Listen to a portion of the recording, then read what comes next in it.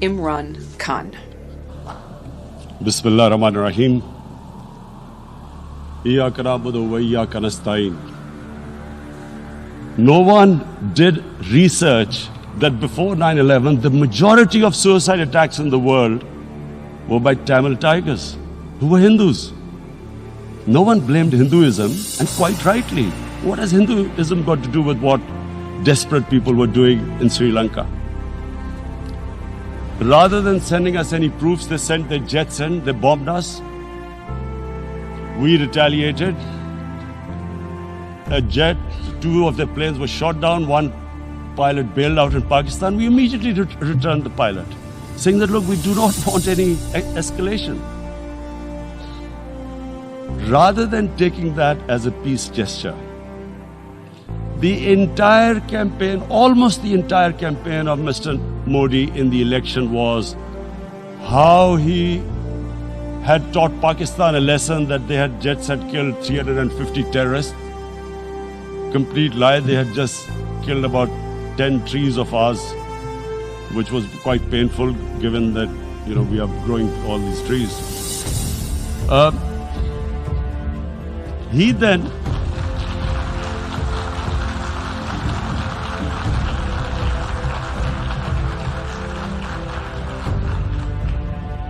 it was this ideology of hate that made Narendra Modi in 2002 do a pogrom against Muslims in Gujarat when he was the chief minister. He allowed 3 days for these RSS goons who were inspired by the Hitler brown shirts. They actually wear brown shirts. This RSS, the Congress Home Minister gave a statement that in RSS camps, terrorists are being trained. And these terrorists butchered 2,000 Muslims and 150,000 Muslims were made homeless. Narendra Modi could not travel to the US because of that. And I need to make you understand this background before I explain to you that what sort of a mindset would lay siege to 8 million people with 900,000 troops. Women, children, sick people, locked in as animals. In fact, of what I know of England, if 8 million animals were locked in, the RSPCA would have made a lot of noise about it. These are human beings. This RSS, the Congress Home Minister gave a statement that in RSS camps, terrorists are being trained. And these terrorists butchered 2,000 Muslims and 150,000 Muslims were made homeless. Narendra Modi could not travel to the US because of that. And I need to make you understand this background before I explain to you that what sort of a mindset would lay siege to 8 million people with 900,000 troops. Women, children, sick people, locked in as animals. In fact, of what I know of England, if 8 million animals were locked in, the RSPCA would have made a lot of noise about it. These are human beings.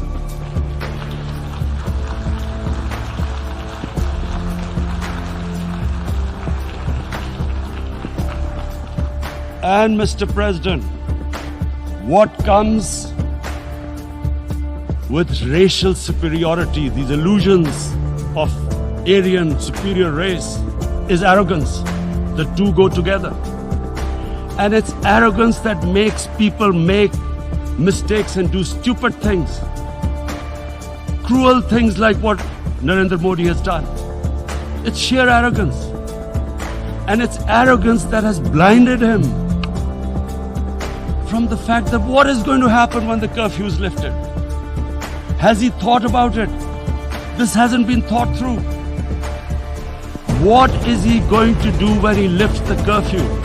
Does he think that people of Kashmir will quietly accept the status quo because India has changed the constitution and taken away the special status? They'll accept that? Mr. President, 100,000 Kashmiris have died in the past 30 years because they were denied the right given by the United Nations, the right for self-determination. 100,000 have died and 11,000 women have been raped. There are two United Nations human rights reports on this. The world hasn't done anything because India is a huge market, 1.2 billion people. Sadly, the material prevails over the human. But this has serious consequences. Again, I repeat, that's why I'm here. Look,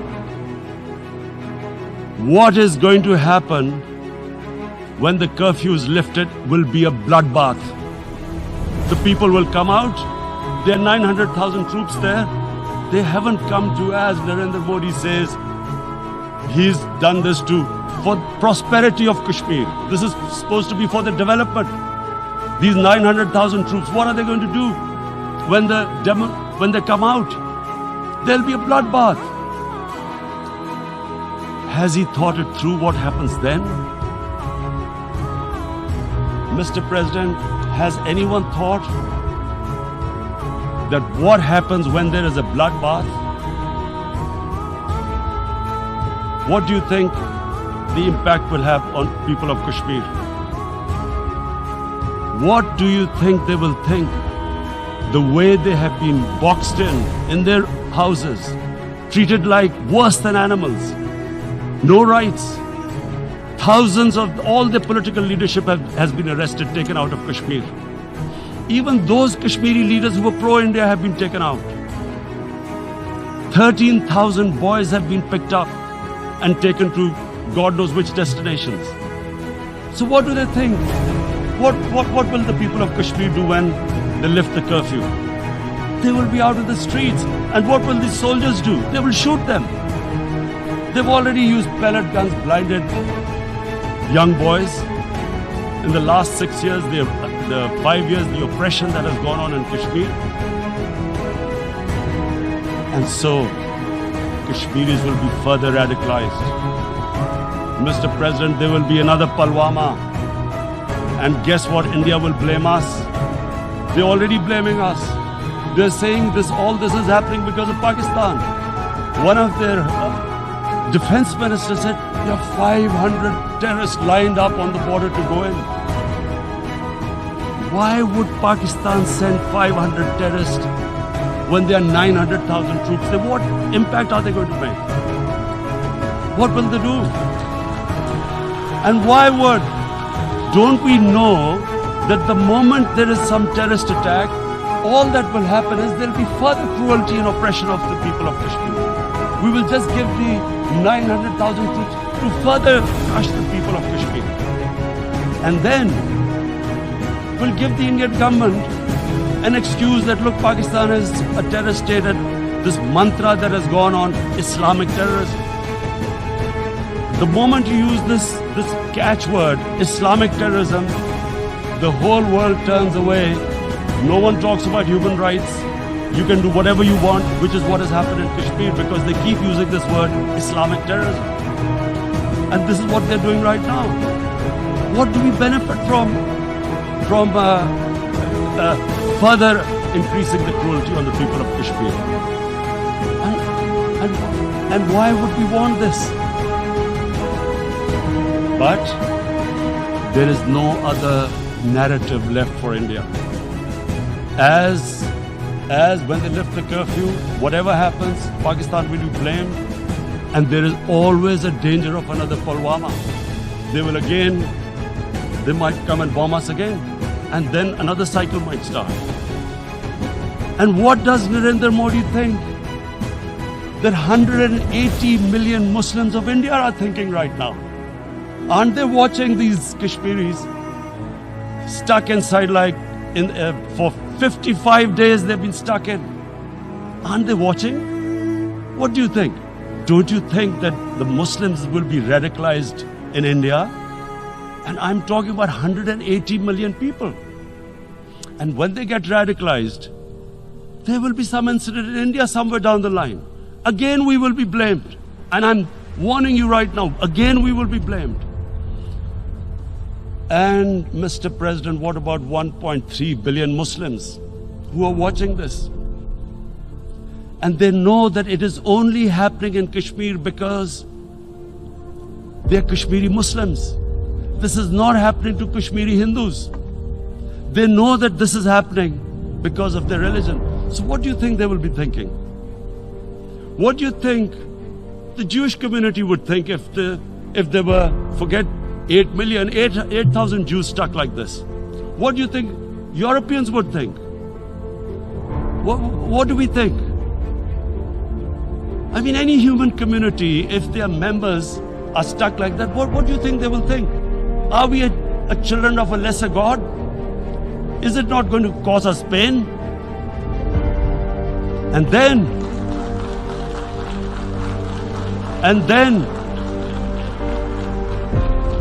then I'll tell you what will happen. People will, in the 1.3 billion Muslims, someone will pick up arms.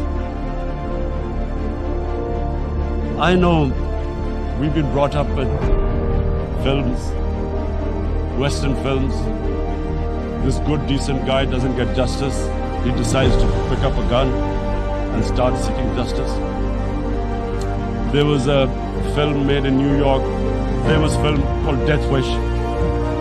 This guy gets mugged by and his family, his wife gets killed or something, can't get justice.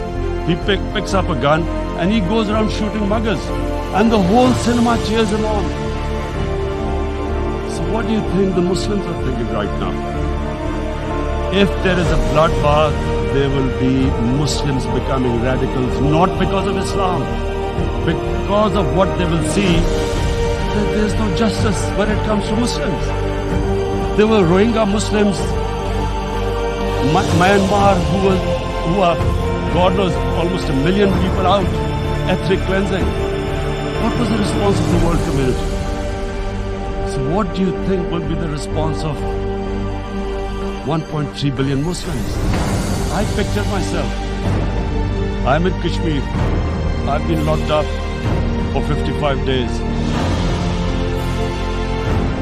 I've heard about their rapes, Indian Army going into homes, soldiers. Would I want to live this humiliation? Would I want to live like that? I would pick up a gun. You're forcing people. You are forcing people into radicalization. When people lose the will to live, what is there to live for? And this is what, if you can do this to human beings, you are actually radicalizing people. And so, Mr. President, I want to repeat here, this is one of the most critical times. There will be a reaction to this. Pakistan will be blamed. 2 nuclear-armed countries will come face to face like we did in February. And before we head in that direction, the United Nations has a responsibility. This is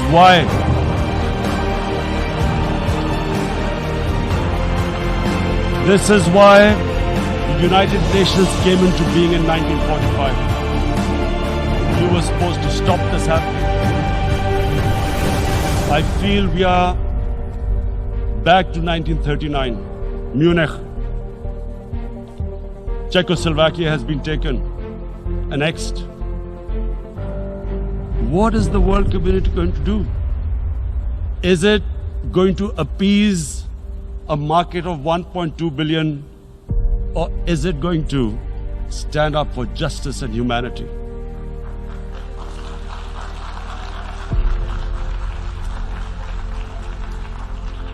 If this goes wrong, you hope for the best, but be prepared for the worst. If a conventional war starts between the two countries, Mr. President, if a conventional war starts, and anything could happen. But supposing a country 7 times smaller than its neighbor is faced with the choice, either you surrender or you fight for your freedom till death, what will we do? I ask myself this question. And my belief is, La ilaha illallah, there is no God but one. And we will fight. And when